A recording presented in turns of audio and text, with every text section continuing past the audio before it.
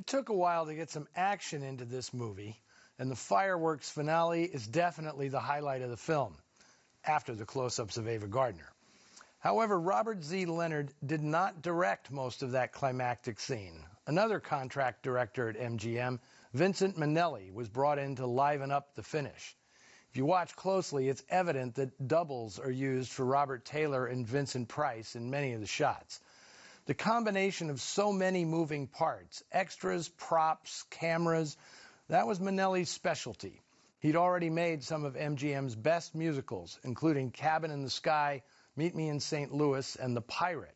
An American in Paris and The Bandwagon were right around the corner. And this wasn't the first time Minnelli pinch hit for Leonard. He also directed some of the musical sequences in 1945's Ziegfeld Follies, one of the biggest hits Leonard ever directed at MGM. With so little action in the film, it seems obvious that producer Pandro Berman was banking on the chemistry of Robert Taylor and Ava Gardner to provide fireworks of a different kind. And I don't know about you, but I didn't sense a single spark, which is the most damning thing I can say about the directorial ability of Robert Z. Leonard, given that Taylor and Gardner actually were carrying on a clandestine affair. As Lee Server said in his biography of Ava Gardner, the pair would by day plot intrigue and mime adulterous passion, and by night they would do it again, for real.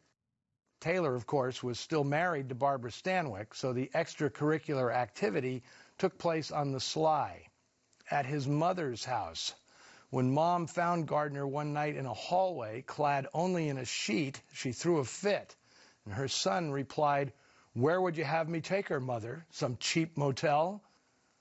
Well, there are moments in this film, especially the heavy-breathing scenes between Taylor and Gardner, that play like a parody of film noir, which is obviously why some of those clips ended up in Dead Men Don't Wear Plaid, Carl Reiner's fond 1982 send-up of the hard-boiled detective genre.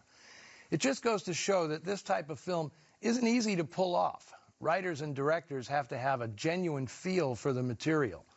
Consider that only 3 years before this, Ava Gardner had created a sensation, steaming up the screen with Burt Lancaster in The Killers, a noir landmark in which the creators, producer Mark Hellinger, writers John Huston and Richard Brooks, and especially director Robert Siodmak, all knew how to spin a spellbinding tale of passion and betrayal. Not that they could have worked miracles with a plot that revolved around contraband airplane engines. The problem with The Bribe is that the stakes are so low, it's hard to work up any empathy for any of the characters.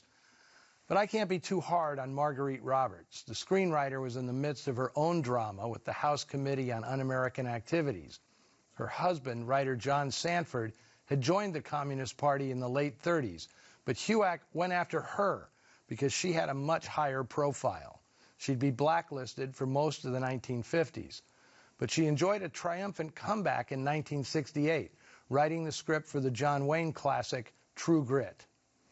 As always, keep up with us on the Noir Alley Facebook page and Twitter feed, and be sure you're here next week when we venture even further south to Argentina for the TCM premiere of an extraordinary film rescued and restored by my Film Noir Foundation. You don't want to miss Los Tallos Amargos, The Bitter Stems, a 1956 film that in my estimation stands with the best noir films made in Hollywood. Until then, stay in the shadows. And imagine Ava Gardner in there with you.